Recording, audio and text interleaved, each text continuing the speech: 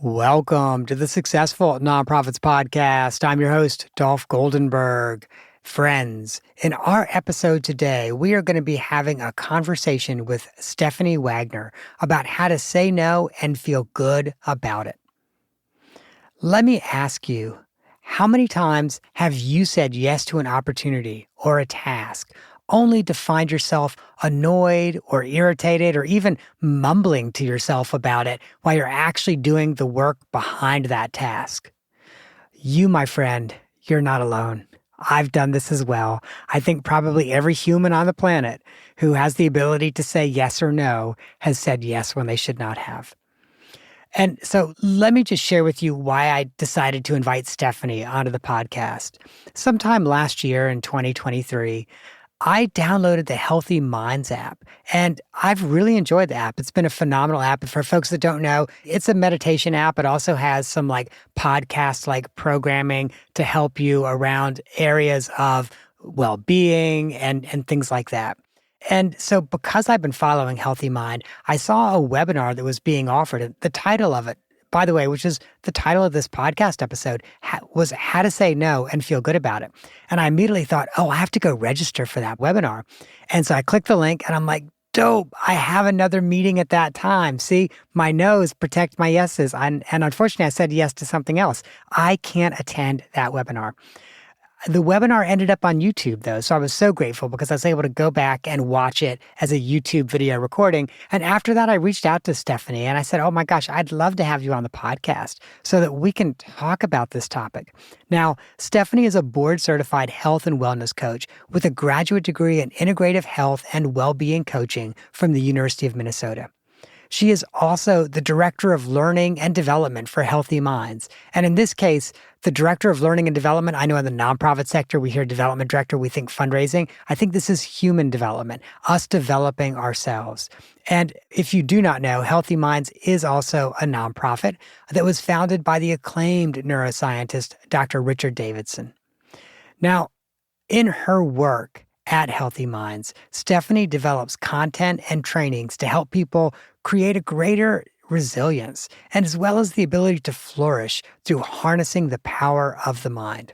And one final thing, and I'll say this at the end, if you're not familiar with the Healthy Minds app, it is a free app that will help you train your mind through meditation. And again, these podcast style lessons that will help you do things like reduce stress, gain focus, and maintain more positive social connections. Hey, Stephanie, welcome to the podcast. Thanks so much for reaching out. I'm really delighted to be here. So when I was watching the YouTube recording of your live webinar, and again, I'm so sorry I was not able to come to the live one, one of the things that really struck me is that you said saying yes too often takes a toll on our well-being. Yes, it does. And I think a lot of what you articulated in the introduction really summarizes that nicely. So when we say yes too often to things that, extend us beyond our energetic bandwidth, or are things that maybe we're not interested in or passionate about, we can become stressed, we can become overwhelmed, angry, resentful, feeling shame, just all of this whole cascade of negative feelings that really can create an impact on our body, resulting in things like chronic stress. And I think, we all know the impacts, the detrimental impacts that chronic stress can have on the body.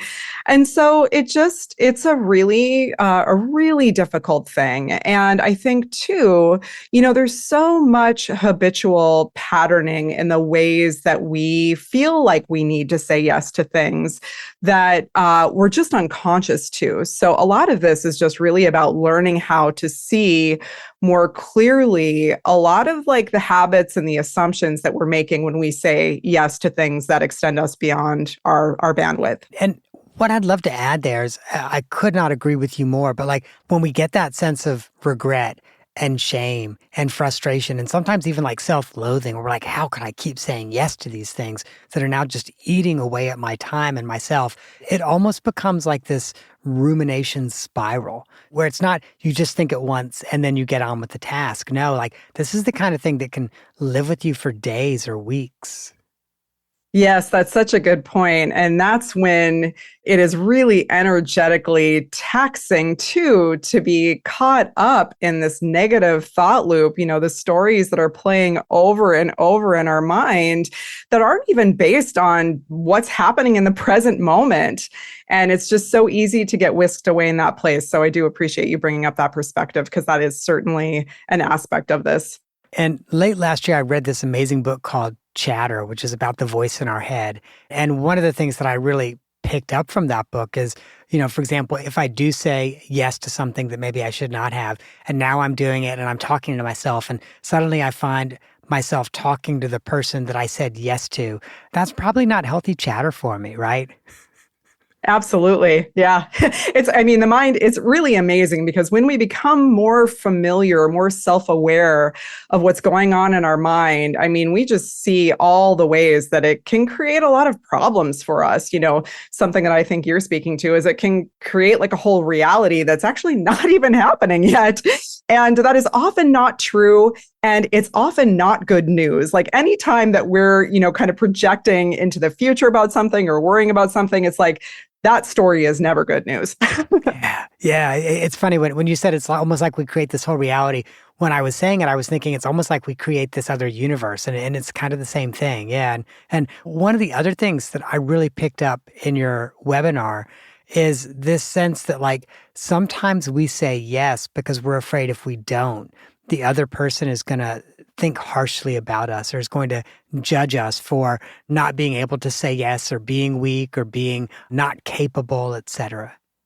Yeah, that's so true. I think what happens is that we have a lot of assumptions around what the other person is going to think of us or, judge us or whatever it is. And these assumptions just go unchecked because they're subconscious. And so there's something here in terms of like becoming familiar with these assumptions that you're making where you can really kind of check yourself. You can check in with yourself and you can think, okay, I can see that I'm making this assumption about how this person is going to respond. And is this actually true? And just kind of check it out. And another inquiry that you can even do here, which can be really helpful, is if there was like a wise person or a mentor outside of this situation, how might they see this? And just really kind of getting more of like an objective perception of what's going on because we just sort of see things in our own narrow point of view and we don't open ourselves up to even seeing other possibilities or other things that could be true here, and these assumptions really can create a lot of stress for us and cause us to say yes to things that maybe aren't a good fit for our time and our energy.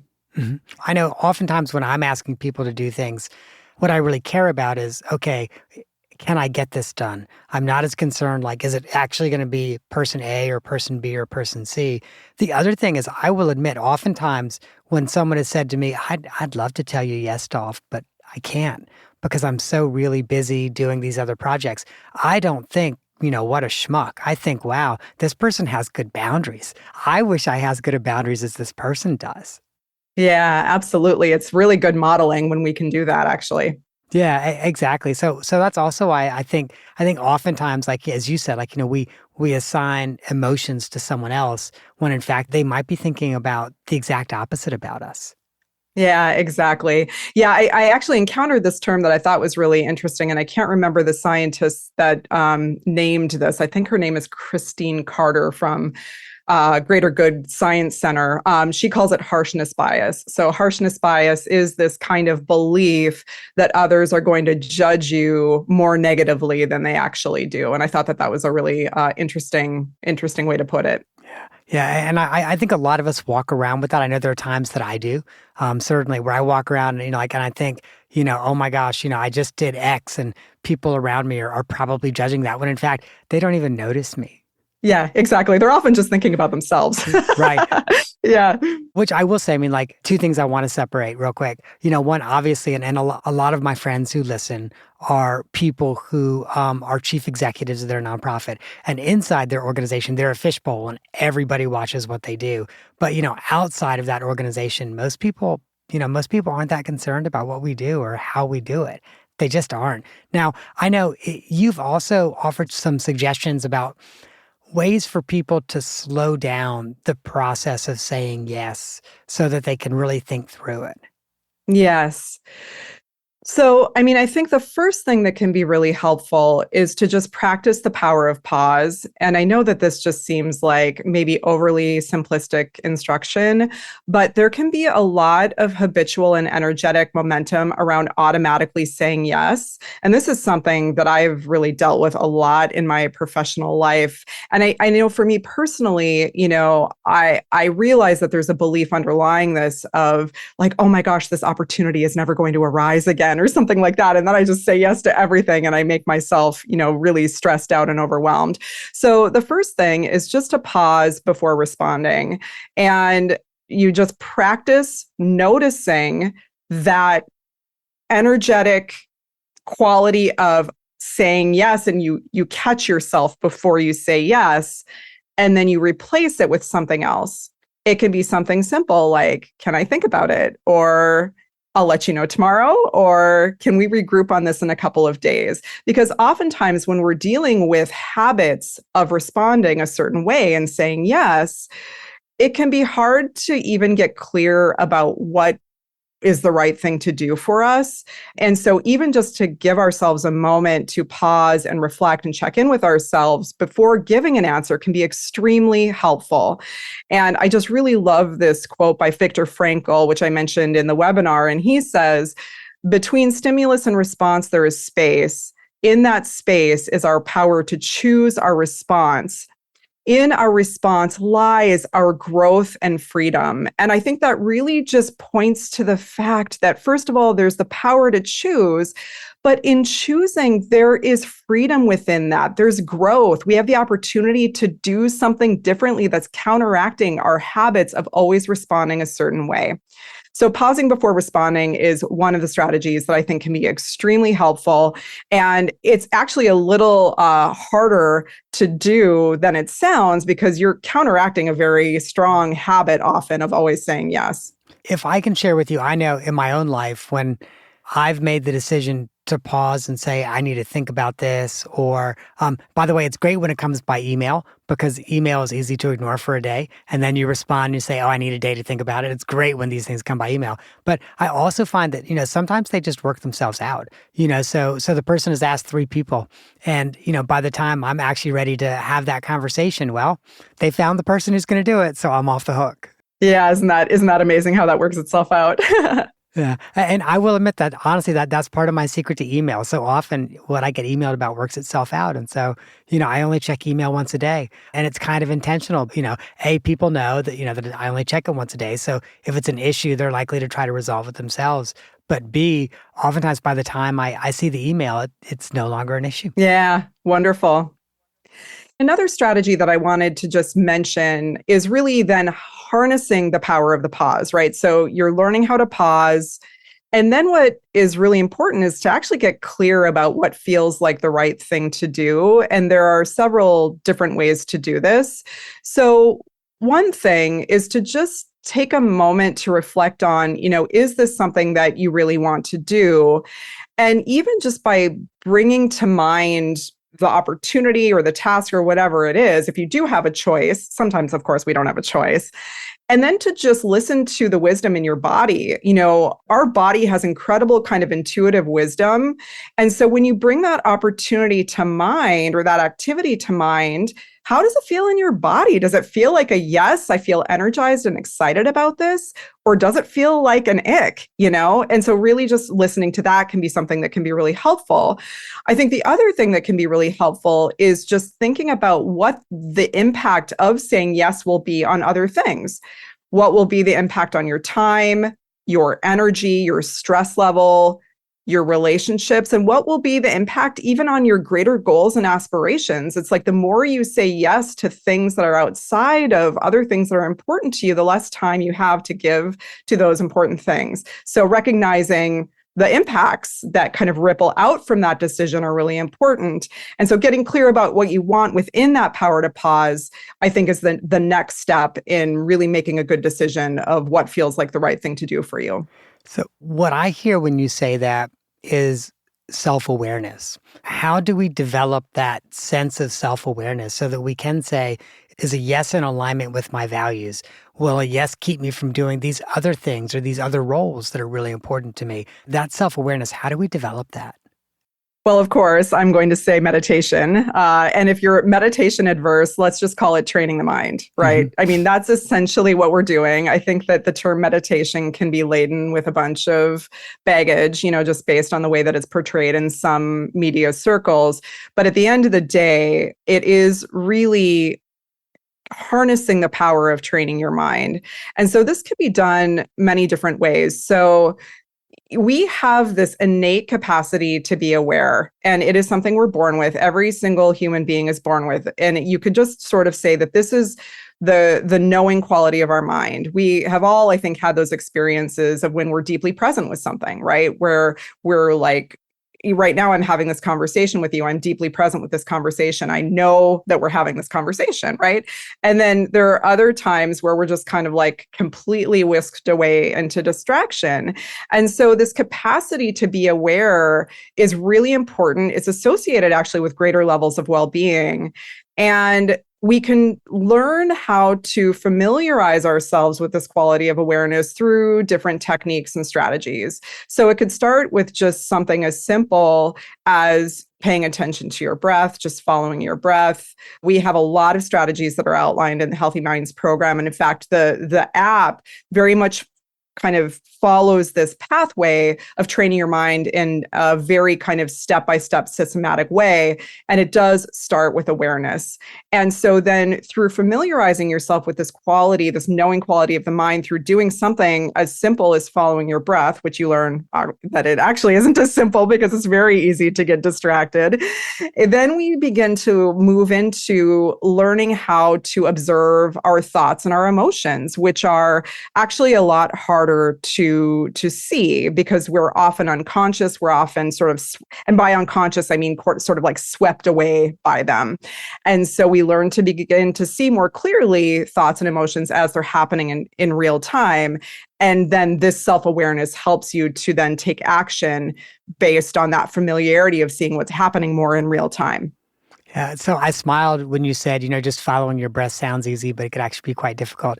I know oftentimes in meditation circles that's thought of as like the monkey, like you end up chasing the monkey.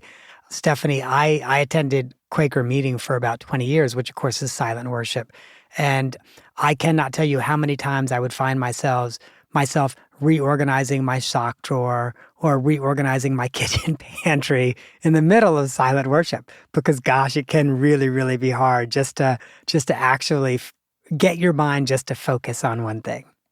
Yeah, it's true. And, when you think about just the habits of getting distracted, in fact, there's this quite large research study, which we talk a lot about at Healthy Minds. And this research study was called A Wandering Mind is an Unhappy Mind. And what this study discovered, I won't go into all the details, but I think the really important finding was that it discovered that human beings that were at least in this study, and there were thousands of them, were distracted 47% of their waking lives. And I think this was done prior to the pandemic. And my guess would be that the impact of the pandemic, being online so often, interacting online, then definitely has, at least in my own experience, kind of increased that propensity to be distracted. And what the study also discovered is that when we're distracted, when our minds are wandering, when we're caught up, it's associated with lower levels of well-being. And I think that we probably have all had that experience of feeling like our minds are so chaotic, it just does not feel good. So through this simple act of doing things like familiarizing ourselves with what it's like to be present through following the breath or listening to the sound or observing sensations in our body, and then just recognizing this tendency of the mind to wander again and again, and we can just come back again and again to being aware of what's going on. And so this is a really, I can't overemphasize enough like the importance of this in terms of helping us to counter patterns like saying yes all the time. So yeah, I could go on and on. I also have to reflect, Stephanie, that I think so often as we start to think about these constant distractions, so often the entities that we should be saying no to or yes to nowadays are not even humans who are in front of us or humans who are on the phone or humans who are on Zoom with us. So we get requests all day long by email, oftentimes from actual humans, but maybe the same request has gone out to a million people. I know today alone, I've probably had 4 or 5 text messages asking me to donate to candidates. And all of these are yes, no things. Like literally, we now get bombarded in this modern time with, will you do X for me? Will you do Y for me? In part because unlike any other time in history where it used to have to be, either someone had to come to your door and knock on your door, come to your office, or, someone had to actually write a letter and put it in the mail to you, which costs time and money. Now, literally, I mean, you can email almost any CEO in the world to their personal email address. It's like an open invitation. Same thing with text messages. So are there some ways that we can feel better about kind of mass sorting all of these digital requests that we get? Yeah, this is such an important thing. And there are kind of two things I think I want to say about it. One is just like the very practical, tactical ways to do this. And mercilessly turning on do not disturb. I do this a lot. I work for an organization that communicates via Slack, which is an online messaging platform. And there can be this feeling of always feeling like you have to respond in the moment. And I realize that there can often be company cultural implications around how you handle internal communications platforms like Microsoft Teams or Slack. But protecting work time to be focused by turning on do not disturb is really important. I think the other thing that can be really helpful is actually, if you're able to do it, put your cell phone across the room. I think the more that you have your cell phone next to you, the more the habit of picking it up, and each time you pick it up unconsciously, you're kind of more and more training your mind to be more distracted. So test yourself and see what it's like. Can you put your cell phone? Are you able to put your cell phone in the other room? First of all, that's the first thing, because some people can't. If you're parents, I understand that kind of thing. But, can you put your cell phone in the other room? Can you not pick it up every 5 minutes and check the news and social media? It's been a real practice for me because last night was the presidential debate. And of course, I see all these notifications coming up on my phone, and I just have had to say no to engaging in that. Really, I know it's a really important election, and I watch the debate. I'm making my own opinion about it. And then I'm just saying no to any of the commentary from other spaces, because again, we can get really down the rabbit hole. So just put the cell phone away. So then I think more in terms of the mindset piece of how to say no and feel good about it, and this applies both to technology as well as just other things, is really tapping into compassionate motivation. So the way that we define compassion at the Healthy Minds program is really this wish to be free from suffering and this motivation to alleviate it. And compassion is actually a natural part of who we are, but we just lose, connection with it. And so when you're going to say no to something, to really just tap into this motivation to alleviate the suffering either in yourself. So when you're saying no because you're wanting to prioritize your well-being. You're wanting to alleviate stress and overwhelm, connect with that. Or if there's some kind of relationship that's having some kind of dynamic that you need to set a fierce boundary around, which is totally appropriate. Sometimes fierce compassion is what needs to happen. It's that kind of more energetic quality of saying no, and saying no so that you can free this person of some kind of unrealistic expectation that they have of you. But again, that kind of motivation to really alleviate suffering in yourself and others can help you say no and feel good about it. Yeah. Well, Stephanie, thank you. And I will share with you, this conversation is helping me feel empowered to say no. I felt empowered after watching the webinar, and I feel even more empowered now. So thank you. Thank you so much. Before, though, we transition out, I have got to play Two Truths and a Lie with you. Oh So, my gosh. so, That's right. I so, forgot about this. no worries. So I hope you're going to share 3 facts with me. Okay. One of which will not be a truthful fact about you, and then I will get to guess which one is incorrect. Okay. You ready? I am. Okay.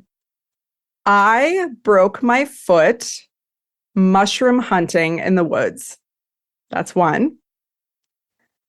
I broke my toes at a Buddhist monastery in Nepal. I, what else do I want to say here? I broke my hand kayaking in the river. Okay. Wow. So 3 breaks. Wow. So I'm going to say I believe that you did break your foot in a Buddhist monastery in Nepal. And I say this because I have been in Buddhist monasteries all over Asia and I can see lots of opportunities to break my foot. So, or toes rather. So That yes, I is, think that was toes. Yeah. yes. So, and then I can 100%, and let me say, I could see you both kayaking and also mushroom hunting. But when you said mushroom hunting, I literally pictured you foraging for mushrooms. Whereas when you said kayaking, I did not picture you kayaking. So I'm going to guess that you also broke something while foraging for mushrooms. I did. I was having a hard time figuring out the lie. I wish I would have been a little bit more thoughtful about this, but yes. So I broke my foot mushroom hunting in the woods. That was my one and only foray into mushroom hunting for morels. The story is this. It doesn't get much better than this. My husband actually had to carry me out of the woods on his back. It was a very stressful experience. This was like in 2008, so many, many years ago. And then most recently, I actually just got back from Nepal and I had a very unfortunate encounter with a metal chair in a Buddhist monastery in Nepal. And, you kind of don't know what to do in that context. It's like, do you find a hospital? Do you get an x-ray? So I just kind of sucked it up and I ended up just walking on it. And then when I came back, I ended up getting a boot for the fractures. But yeah, it was good stories to tell. Yeah. So I'm surprised how you broke your toes in like with the metal chair in the monastery. Because what I was picturing, many of the Buddhist monasteries in Asia that I've been to have worn stone steps because they've been there, hundreds of years, or really, really rickety wooden steps. So I was imagining you were going up a flight of stairs or down a flight of stairs. I was not imagining, oops, metal chair was in the way. Yeah, well, the metal chair happened to have a metal plate fastened between the two front legs and it was covered with a cloth. So I ran into the metal plate and I was just brought down Oh, and almost fainted actually. I kind of had to like put my head between my knees and I had a moment. So yes, definitely. Yeah, and I wouldn't change the trip for the world because it was a really, really, really great trip, but yeah, not without its physical wow. challenges, that being one of them. Wow. Yeah. Well, Stephanie, thank you so much for joining us on the podcast today. I'm grateful that you did. And I wanted to share some things with our listeners about how they can learn more about what you're doing. And so, first of all, my friends, I would strongly recommend if you are interested in training your mind or meditating, I would strongly recommend that you download the free Healthy Minds app. You can do it in whatever app store you use, the Google Play Store, the Apple Store, whatever. And I will share with you, I now have a couple meditation apps on my phone, but I reliably use the Healthy Minds app to help me go to sleep. Now, by the way, just so you know, my husband who always sleeps beside me, at least when I'm home, my husband who sleeps beside me, he's not such a fan of noise. So I have a little headset that I use specifically for going to sleep. And then also, if you are interested in learning more about Healthy Minds and the work that they're doing and the research they're doing, you can check them out on any of the social media that you use. Just look up Healthy Minds. And finally, I know I've mentioned the webinar, which is available as a record on YouTube. And so I will also put a link in the show notes to the YouTube recording of the webinar. Stephanie, thank you again for joining us.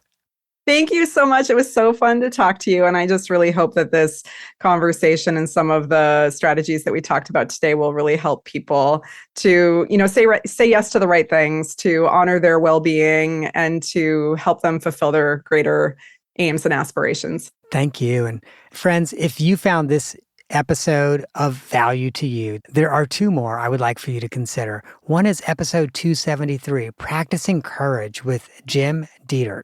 And the second is episode 322, 5 Ways You Can Find Joy at Work with Steve Fredland.